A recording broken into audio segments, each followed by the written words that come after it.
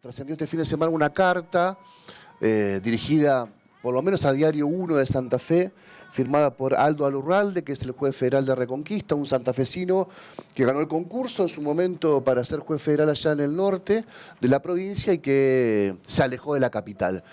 En Santa Fe quedaron sus hermanos, sus otros 3 hermanos, entre ellos Ana María, quien estamos viendo en pantalla ahora, que había formado una relación de pareja con Daniel Fernández, una persona que actualmente está detenido.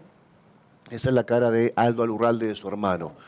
La pareja de Ana María está detenida por ser sospechoso del femicidio de esta mujer, que fue hallada el 19 de octubre pasado, del año pasado, en el norte de la ciudad de Santa Fe, con fuertes golpes en la cabeza, con una bolsa del estilo de bolsas de consorcio cubriéndole la cabeza, demostrando signos de haber sido bastante sádico, ¿no? en el asesinato de Ana Alurralde, que había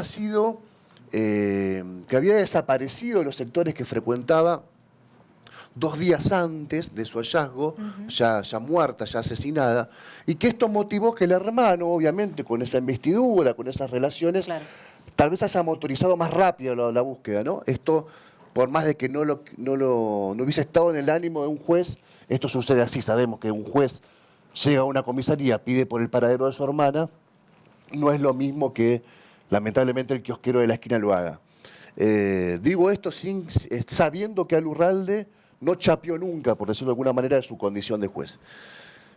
Comienza la búsqueda, finalmente se encontraban las condiciones que les comentaba y es detenido casi inmediatamente Fernández, que el 23 de marzo de 1988 había sido protagonista, o por lo menos estuvo en la picota de otra investigación judicial, por la desaparición de María Isabel Romero, una maestra santafesina muy joven, de casi 30 años, que tenía una hija, una beba, con Fernández en aquel momento, y que desapareció minutos previos a tener un encuentro con Fernández en un estudio jurídico de Santa Fe, donde iban a pautar la separación, ¿no? Esto que tiene que ver con ese momento era más engorroso, sí, la división de bienes, bueno, la frecuencia para visita de la beba, etc. Hoy probablemente sea un poco más, probablemente en algunas circunstancias sea más ágil esta situación. En aquel momento Romero, insisto, en 1988, deja el auto estacionado frente al hospital Iturraspe en Santa Fe, en la zona de la Cancha Unión, las llaves dentro del auto, y nunca llegó al estudio jurídico, al estudio de su abogado, y desde entonces no se supo más nada de ella. Fíjate el dato perturbador, que 30 y pico años después aparece el mismo Fernández protagonizando un hecho de estas características con otra situación bastante parecida. Ana Alurralde le había dicho algunos días anterior a su muerte, a su asesinato, que ella iba a abandonar la casa que compartía con Fernández y que iba a alquilarse un departamento. Incluso Ana había perdido toda su independencia económica porque Fernández la había obligado a dejar su trabajo. Es decir, la pérdida de su independencia económica es vital para que muchas mujeres no abandonen ese ámbito violento.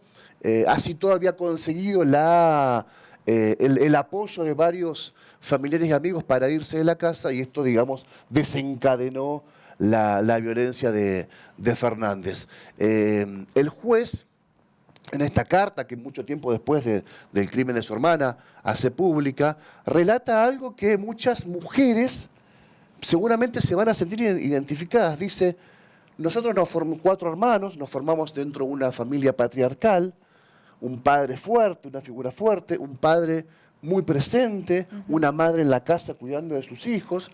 Dice: yo no rechazo ahora, no estoy en contra del amor de los padres de aquel momento, pero fue otra formación cultural, ¿no? Era una estructura mucho más marcada que la que se puede ver hoy por hoy, ¿no? Correcto. Por lo menos podríamos decir que en algunos casos sigue siendo la misma, ¿no? Culturalmente. Sin duda, pero hay muchas más. Pero por lo menos hoy hay más información, ¿no? También. Enhorabuena. Dice, Absolutamente. dice Lurralde, nosotros nos criamos en esa casa con mucho amor, pero con esa estructura. Entonces, yo la figura que tenía de mi papá era la figura del hombre presente que salía a la casa a trabajar, a proveer a la familia. En ese contexto, mi hermana conoce a una persona muy amable, muy encantador. Quiero ser textual con algunas cosas que pone el juez. Bueno, que dice en esta carta que no le permitió siquiera seguir trabajando fuera de la casa. Dice, yo lo vi como una situación benevolente, dice el juez, probablemente para protegerte, para cuidarte. Aunque en realidad lo que se trataba era de poder aislarla y someterla económicamente. ¿Cómo sospechar de las intenciones de un hombre que al principio de la relación se mostró como alguien con gustos exquisitos, conversación culta y un ser con una enorme sensibilidad? Un verdadero cordero, dice Lurralde, el hermano de Ana, en esta carta que hace pública. Dice, la convivencia en el tiempo de Ana María con su pareja iba a deparar situaciones muy desagradables que se iban enhebrando con el paso de los días. Tampoco pudimos advertir, dice a Lurralde, la violencia psicológica, patrimonial de la cual era víctima, a pesar de que cada planteo de celos y desprecio de su pareja le causaba un daño emocional y disminuía su autoestima. Y así hace un relato, no digo de autocrítica, pero bastante parecido, insisto, una persona que después de mucho tiempo decide hacer público su parecer, su sentimiento respecto al asesinato de su hermana. Por un medio, por lo menos lo vi publicado en Diario 1. Ajá. Un medio bastante... Preguntaba si por ahí utilizó sus propias redes sociales, ¿no? Para no lo sé, además no lo sé. publicar Yo la vi ahí. esta carta. Yo la vi ahí, incluso Teniendo pueden en cuenta entrar que y... es tan personal, ¿no? Tan personal. Lo que pasa es que Diario 1 habitualmente hacía coberturas muy interesantes de casos judiciales del norte de Santa Fe, y por ahí pudo haber nacido una relación periodista o periodistas del medio con el juez. Bueno, que cuando se nacen estas relaciones muchas veces terminan siendo conectores para casos personales también, como pudo haber sido esta situación. Dice, probablemente Ana, por su hermana, haya sentido culpa de todo lo que le pasaba, porque eso era lo que le hacía sentir el hombre que la acompañaba, quien justificaba sus celos en su retorcido pensamiento machista. Incluso alguna vez alguien le oyó afirmar a ese hombre, las mujeres son todas putas. Seguramente en la intimidad de su hogar le haya planteado a Ana, yo soy así porque vos me ponés así. Y ella se lo hubiera creído bajo la excusa de que él es así de celoso porque me ama demasiado y quiere cuidarme. Bueno, Mirá cómo me ponés, que además estuvo en boca de todos desde los últimos meses del año pasado, ¿no? Incluso desde el 2017 con todo el tema de Artés y demás. Sí, Fardín de Artés, ¿no? Exactamente, Telma Fardín. Bueno, describe una serie de tips que, insisto, en los últimos tiempos se ha trabajado mucho mediáticamente, desde una posición obviamente ideológica, que no hay por qué desecharla por esa condición, pero que se viene planteando hace mucho tiempo. La pérdida de la independencia económica, el echar mano a la cuestión de los celos, él es así porque es nervioso, él es así por esto y aquello. En realidad está frente a una relación que para nada es sana, que es bastante tóxica, por cierto, y que puede llegar a tener estos resultados, ¿no? Que puede llegar a tener estos resultados que son los límites, ¿no? los más trágicos. Por lo tanto, me pareció una mirada muy, muy valiente de alguien que dice haberse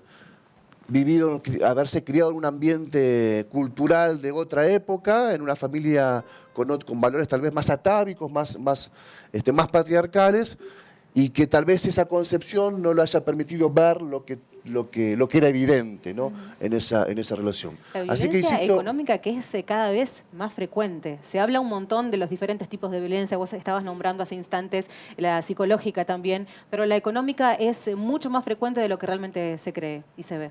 Bueno, sí, sí, ni hablar.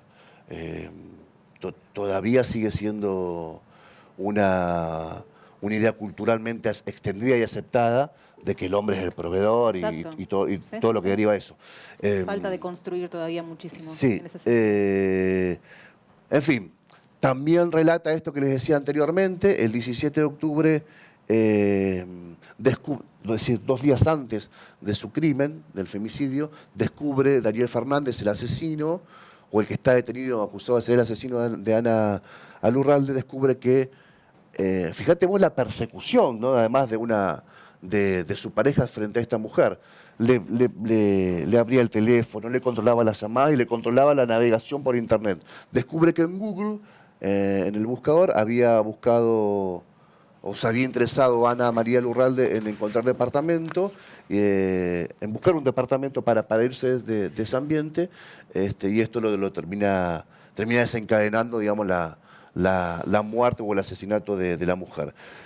Digo esto porque me parece que viene bien mencionarlo por toda la situación que estamos viviendo culturalmente en Argentina. En realidad es un fenómeno mundial, pero además porque hoy se recupera la actividad judicial después de la feria de enero, porque este tema está abierto, porque hay una mujer desaparecida hace más de 30 años, poco más de 30 años, que también la familia está reclamando por ese crimen, está reclamando que se reabra esa investigación que fue cerrada. Digo crimen porque está desaparecida y uno puede presumir que tuvo tal vez un desenlace parecido y que la justicia debe resolver todo eso ahora. Todo eso lo debe resolver ahora. Si este hombre va a juicio, bueno, ¿con qué características va a juicio? Si este hombre tendría alguna relación con el fenómeno, con el hecho de Romero, bueno, si se reabre esa investigación. Los familiares de la maestra Romero están pidiendo que se reabra. En fin, una situación muy truculenta que se vivió aquí en Santa Fe hace muy poco tiempo y que ahora vuelve a estar en la picota por esta carta del juez.